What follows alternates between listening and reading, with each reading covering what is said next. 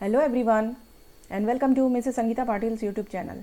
आज हम MP board class 10th 2024 annual examination के इंग्लिश सब्जेक्ट का सॉल्यूशन देखेंगे। So first is section A reading and question number 1 is read the passage carefully and answer the questions given below. तो इसमें जो passage है ये मेडिटेशन के बारे में दिया हुआ है। So let's see the questions. Question number 1, the simplest form of meditation is. Meditation का सबसे सिंपलेस्ट फॉर्म क्या है?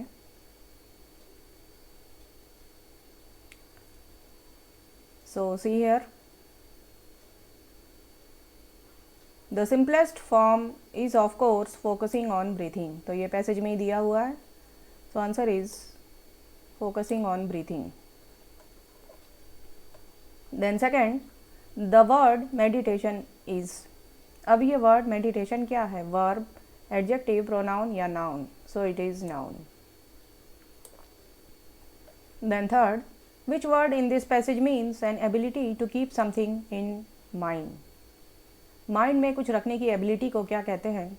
So answer is retention. Then fourth, the ultimate challenge these days is to. ये भी पैसेज में दिया हुआ है। The ultimate challenge is to make your mind calm. So this is given in the passage. Make your mind calm. Then fifth, meditation helps students. Meditation students को कैसे help करता है? ये भी passage में दिया हुआ है।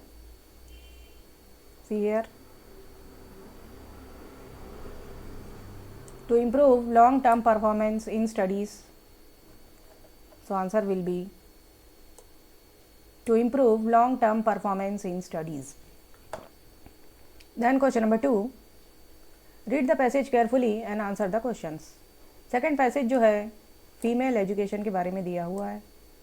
Now let's see the questions. According to the old African proverb, if you educate a man, you dash.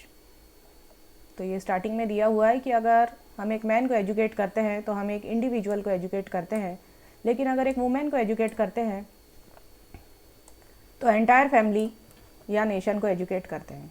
So here answer will be to educate an individual. Then second, we should use education as a weapon. Education एक weapon है और इसका use हम किस लिए कर सकते हैं? So answer is to improve the life standard of our women.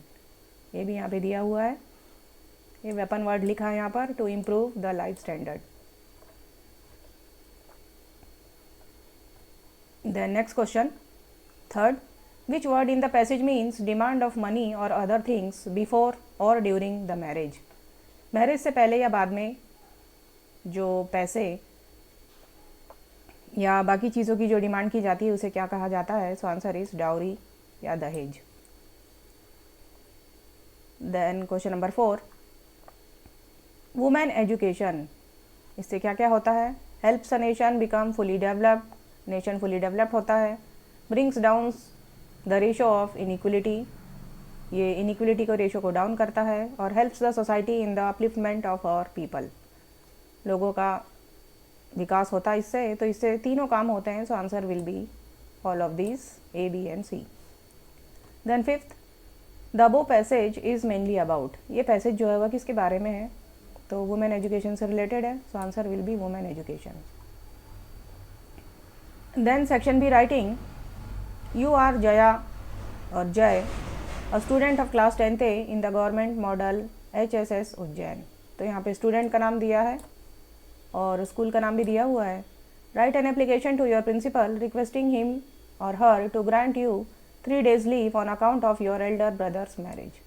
तो एल्डर ब्रदर की मैरिज है और इसके लिए 3 दिन की छुट्टी के लिए आपको एक एप्लीकेशन लिखना है प्रिंसिपल को। तो जो जो इन्फॉर्मेशन क्वेश्चन में दी हुई है ये यहीं से लिखना है। इसका जो और में क्वेश्चन है, write a letter to your friend, तो योर फ्रेंड को लेटर लिखना है, उसका नाम है Sonu, congratulating him on his brilliant success in high school examination. High school examination में उसका अच्छा रिजल्ट आया है। And mention yourself as Vaidik residing at Sanskriti park मो। तो यहाँ पर बच्चे का नाम और एड्रेस दिया हुआ है, तो यही नाम और एड्रेस यूज़ करेंगे और फ्रेंड सोनू को एक लेटर लिखेंगे जिसमें उसे हम कॉन्ग्रेचुलेट करेंगे कि उसने एग्ज़ाम में बहुत अच्छा रिजल्ट दिया है। Then question number 4, write an essay in about 150 words on any one of the following topics. तो ये 5 टॉपिक दिए, इसमें से किसी एक पर 150 वर्ड्स में ऐसे लिखना है, जिसमें फर्स्ट है इंपॉर्टेंस ऑफ ट्रीज, सेकेंड है save water, third my hobby, और fourth the game I like most, and fifth is science in our daily life. तो science in our daily life ये वंडर ऑफ साइंस ही है, तो इसमें से किसी भी टॉपिक पर हम ऐसे लिख सकते हैं। इसका जो और में क्वेश्चन है, write a paragraph in about 150 words on importance of games and sports. Games and sports के बारे में इसमें लिखना है, तो हम इसमें से कोई भी कर सकते हैं। Then question number 5, look at the visual input given below and produce a small paragraph in about 75 words. अब ये एक विजुअल इनपुट दिया हुआ है और इसमें मेन यहाँ पर दिख रहा है गुड हैबिट्स, तो ये इसका टाइटल हो जाएगा। और गुड हैबिट्स के बारे में हमें एक पैराग्राफ लिखना है, और पैराग्राफ लिखने के लिए जो क्लूज़ हैं वो इसमें पहले से दिए हुए हैं। For example, get up early, do some exercise, have a healthy breakfast, go to bed early, respect teachers and elders, and maintain cleanliness around you. तो 6 पॉइंट्स इसमें पहले से दिए हुए हैं। ये 6 पॉइंट्स के आगे पीछे थोड़े थोड़े सेंटेंस जोड़ के हम इसके बारे में एक पैराग्राफ बहुत आसानी से लिख सकते हैं।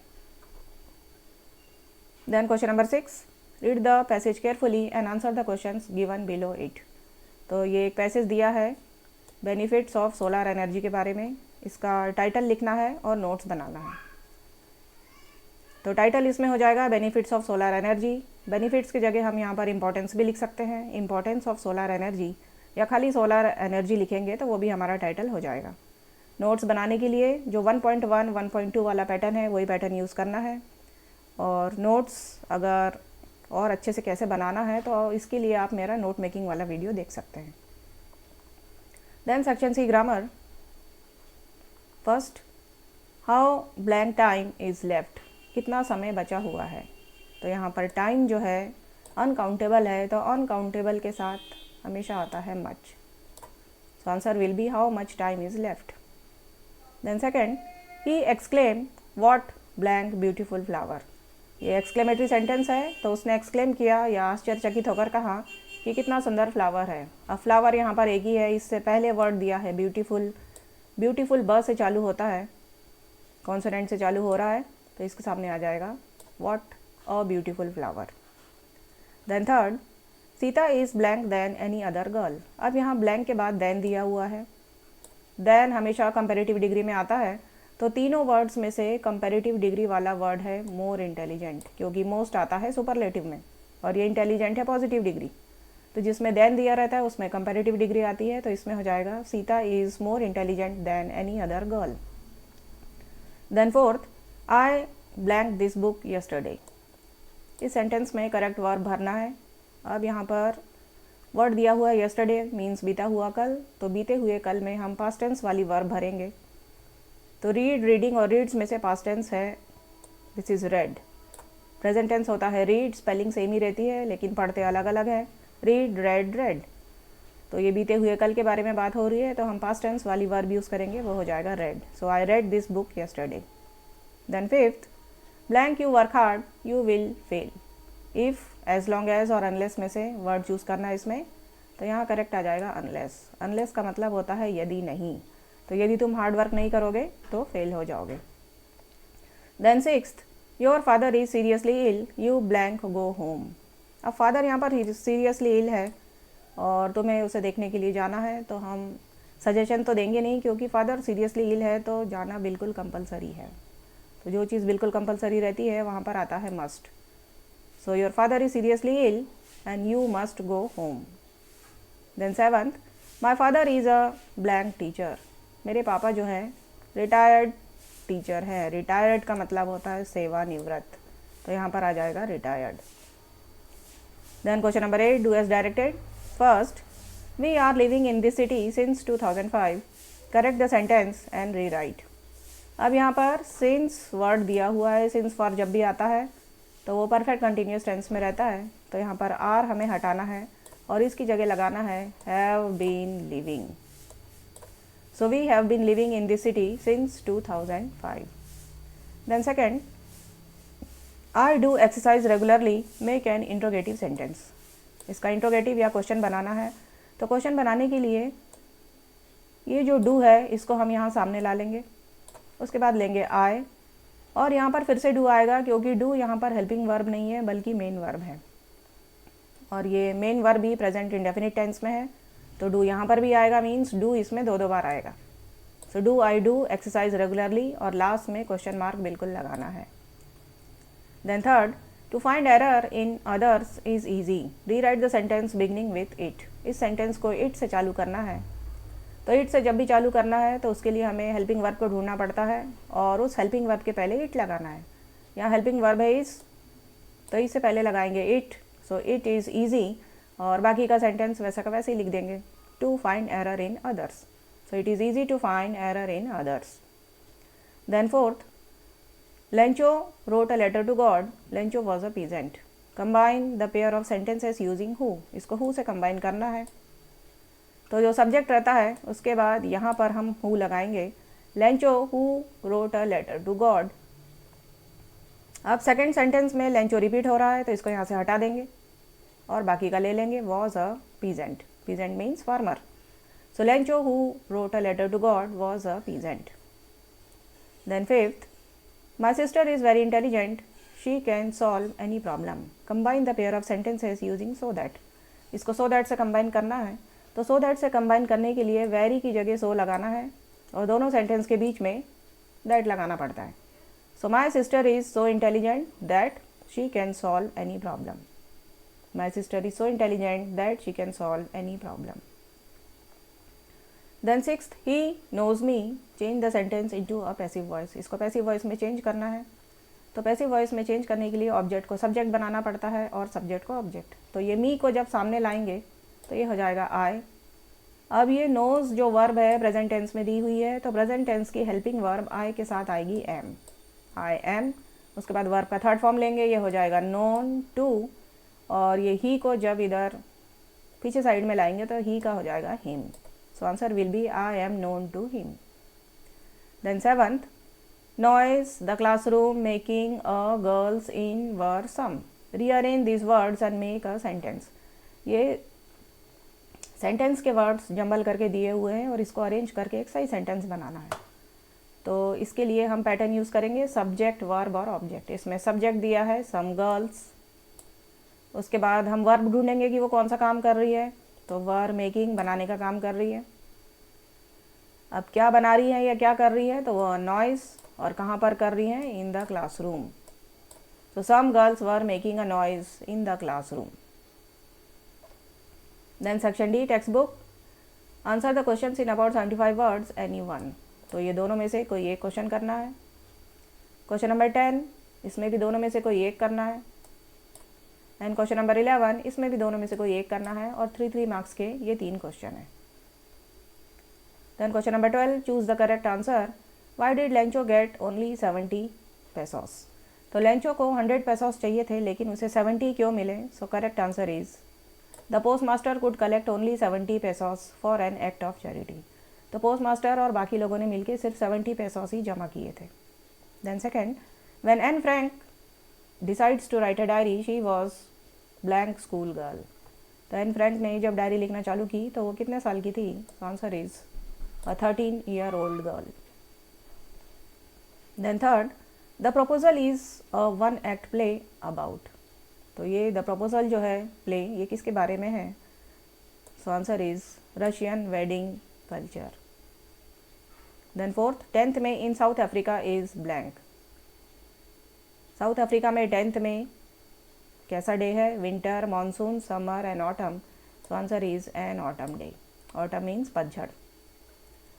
Then question number 13, read the extract carefully and answer the questions. ये क्वेश्चंस जो है बेकर्स के बारे में है। So first question, monthly accounts of the baker were recorded on. इनका मंथली रिकॉर्ड किस पे रिकॉर्ड होता था, तो ये यहाँ पे दिया हुआ है, monthly accounts were used to be recorded on some wall in pencil. तो दीवार के ऊपर पेंसिल से लिखते थे। तो answer will be some wall in pencil. Then which word in the extract means a pleasant fat body. जो fat body है इसके लिए कौन सा वर्ड है। So correct answer is plump. Plump का मतलब होता है fat body. Then third, the baker and his family never starve because. Baker और उसकी फैमिली को कभी स्टार्व मीन्स भूख से कभी मरना नहीं पड़ा. तो इसका आंसर भी पैसेज में दिया हुआ है. The baker and his family never starve. He, his family and his servants always look prosperous. And reason is baking was indeed a profitable profession. क्योंकि बेकिंग जो है उस टाइम पर एक प्रॉफिटेबल प्रोफेशन था. तो answer will be B. Baking was a profitable profession. Then B, read the extract carefully and answer the questions. I am an orphan. यहाँ orphan word से हम पहचान सकते हैं कि ऑर्फेन वर्ड जो है अमांडा के बारे में आया हुआ है. मीन्स अमांडा पोएम से लिया गया है. So first, from which poem of your textbook has this extract been taken. So answer is Amanda. ये ऑर्फेन वर्ड से हम पहचान सकते हैं.